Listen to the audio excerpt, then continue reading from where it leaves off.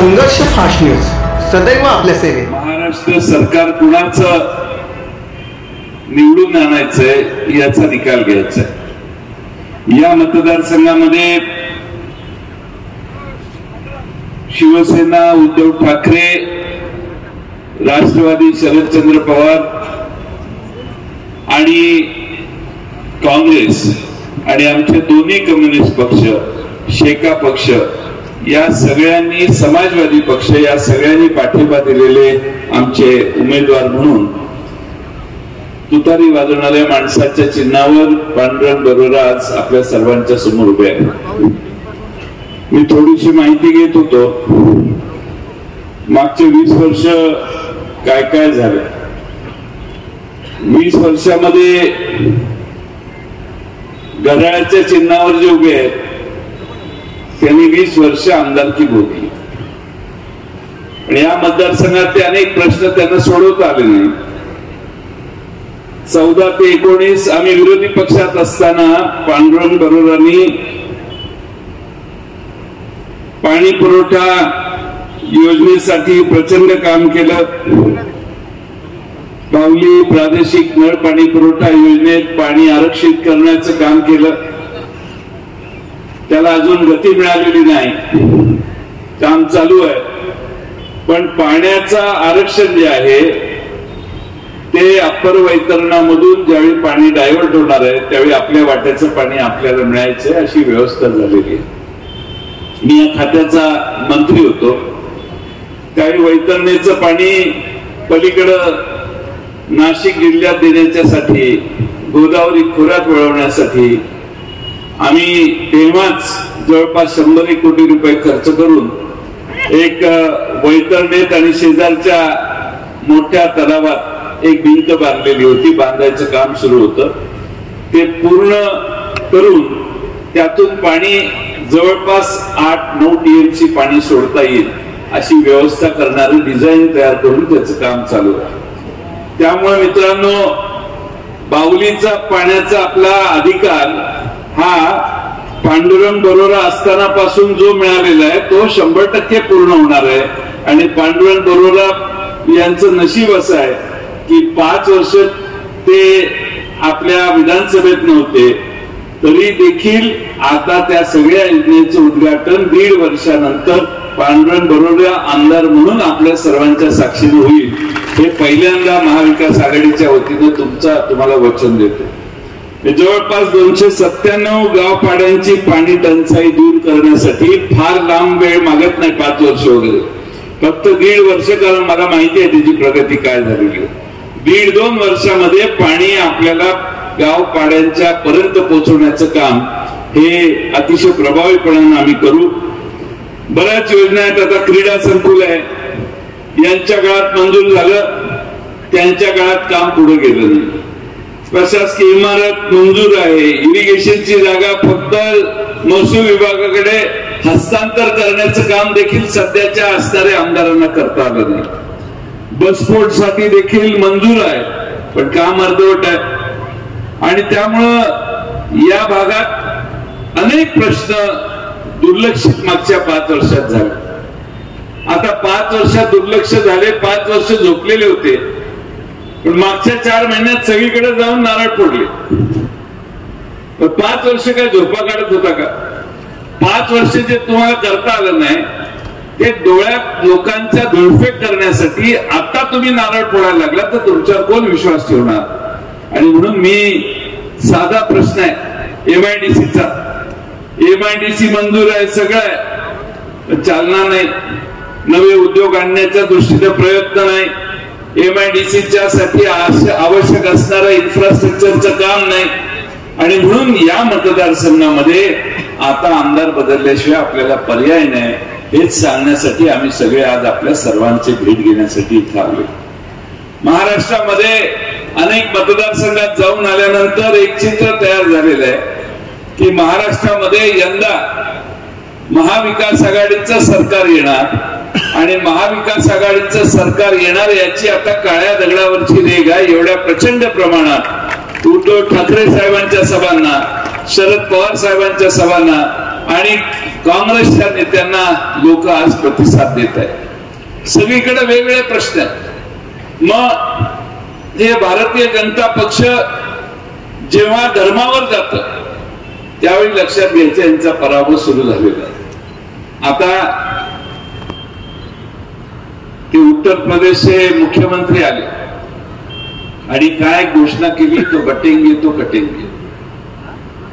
आता बटेंगे तो कटेंगे ह्यांचा उत्तर प्रदेशचा निम्मा उत्तर प्रदेश भिवंडी आणि ठाणे आणि मुंबई आणि पुणे भागात येऊन राहिलेला आहे आणि ह्यांचा उत्तर प्रदेश इकडे येऊन राहिला आणि बाबा म्हणतोय बटेंगे तो कटेंगे. आम्हाला इकडे येऊन शिकवायला लागला की बटेंगे तो कटेंगे. महाराष्ट्र हा शाहू फुले आंबेडकरांचा महाराष्ट्र आहे. आम्ही बटेंगे भी नहीं और काटने का तो सवाल ही नहीं आता. खरं हे 18व्या शतकातले सगळे उद्योग आहेत हे भारतीय जनता पक्षाचे आणि त्यांना सामील आहेत हे अजित पवार आणि एकनाथ शिंदे या दोघांचे दोन पक्ष. आता त्यांचाही नाईलाज आहे. आमचे अजित पवार म्हणतात बटेंगे तो कटेंगे हे आम्हाला मान्य नाही. मग त्यांच्यावर गेला कशाला? बटेंगे तो कटेंगे ही काही नवी घोषणा नाही. तुम्ही कशासाठी त्यांच्याकडे गेला हे महाराष्ट्राला माहिती आहे. महाराष्ट्राला ते लपून राहिलेलं नाही आणि फक्त तुमच्या स्वतःच्या संरक्षणासाठी आमच्यातली काही लोक तिकडे गेली. याच्या पलीकडे तिकडे जाण्यात कोणताही वैचारिक भाव नाही आणि म्हणून आमच्या उद्धव ठाकरे साहेबांचं चाललेलं अतिशय चांगलं सरकार या लोकांनी पाडण्याचं काम केलं. उद्धव ठाकरेंच्या सरकारवर एकही डाग नाही. उद्धव साहेबांनी जे काम केलं करोनाच्या काळात ते भारतामध्ये त्याची वाखाणण्यासारखी लोकांनी वाखाणलं की सगळ्यात उत्तम काम महाराष्ट्रात करोनाच्या काळात झालं.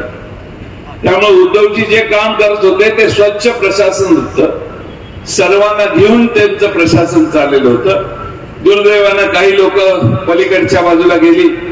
वर्षभरानं दुसराही पक्ष फोडला. दोन पक्ष महाराष्ट्रातले मराठी माणसांनी उभा केलेले फोडण्याचं पाप भारतीय जनता पक्षाच्या अकाउंटवर आता वर्ग झालेले आहे आणि त्यामुळं महाराष्ट्रामध्ये भारतीय जनता पक्षाचा दारुण पराभव होईल असं चित्र सर्व ठिकाणी दिसायला लागलं. आमच्या या मतदारसंघामध्ये आमचा पक्ष फुटला त्यावेळी या ठिकाणी असणारे आमदार देखील तिकडे गेले. आता महाराष्ट्रानं निर्णय घेतलेला की गद्दारांना या निवडणुकीत धडा शिकवायचा आणि म्हणून पांडुरंग बरोबरांना निवडून देऊन दौलत दरोडांना धडा शिकवण्यासाठी आपण सगळ्यांनी कामाला सुरुवात केलेली आहे. उद्याच्या 20 तारखेला तुम्ही तो निकाल घ्याल यात माझ्या मनात शंका नाही. प्रश्न अनेक आहे. महागाई प्रचंड वाढली आहे. दिवाळी किती महाग झाली हे आमच्या महिला भगिनींना मी सांगायची गरज नाही. तेलाचा डबा 500 रुपयाने वाढला. कोणती वस्तू वाढली नाही. प्रचंड महागाई भारतामध्ये आहे आणि महाराष्ट्रात आहे. दुसऱ्या बाजूने महागाई कमी आहे असं समजून जीएसटी मोठा लावला. 28% कर.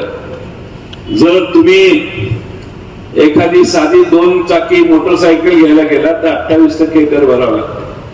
बुलेट एनफिल्ड बुलेट एका कार्यकर्त्याने आणली. म्हटले साहेब नारळ फोडा. कितीला? 2.5 लाखाला. एवढं? हो म्हटले साहेब 28% करच आहे. म्हटले आधी सरकारची दंड करायची मग आपल्या घरी वस्तू आणायची अशी परिस्थिती आहे. उद्या बाळामामा मात्र हेलिकॉप्टर विकत घ्यायला गेले.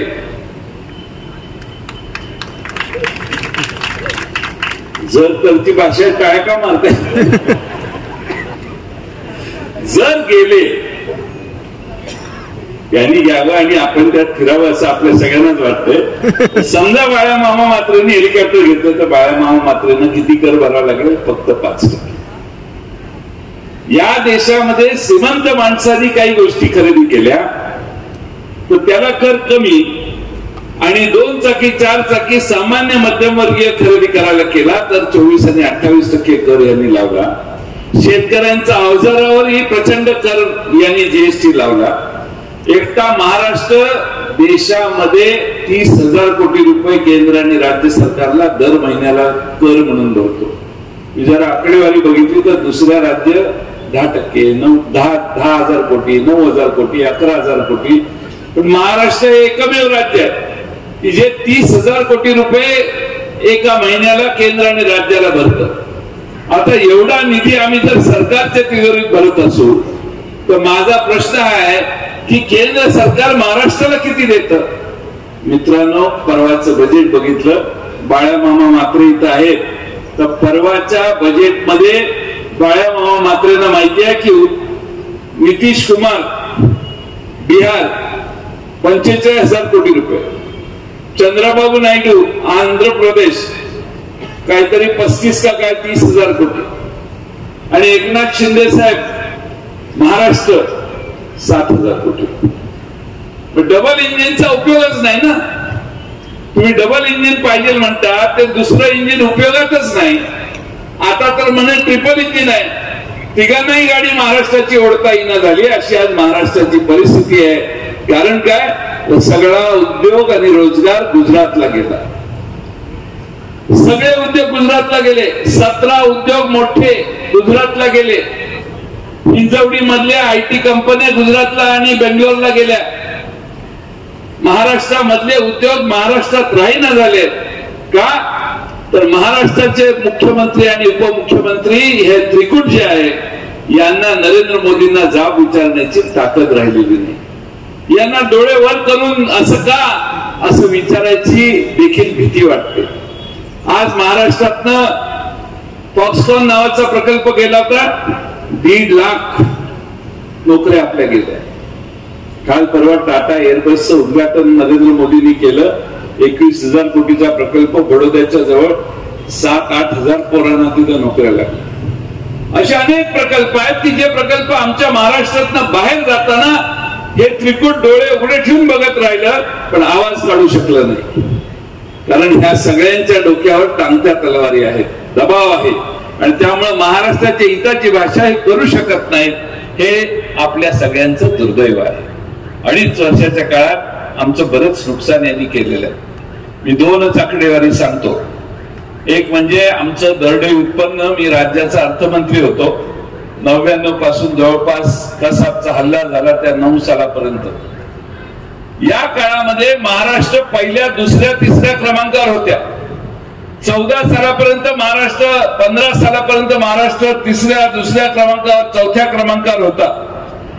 आज मात्र महाराष्ट्र 2016 नंतर खाली गेला, आणि जे गुजरात 8व्या 9व्या नंबरला होतं ते चौथ्या नंबरला आलं, 5व्या नंबरला आलं. गुजरात आमच्यापेक्षा पुढे गेलं.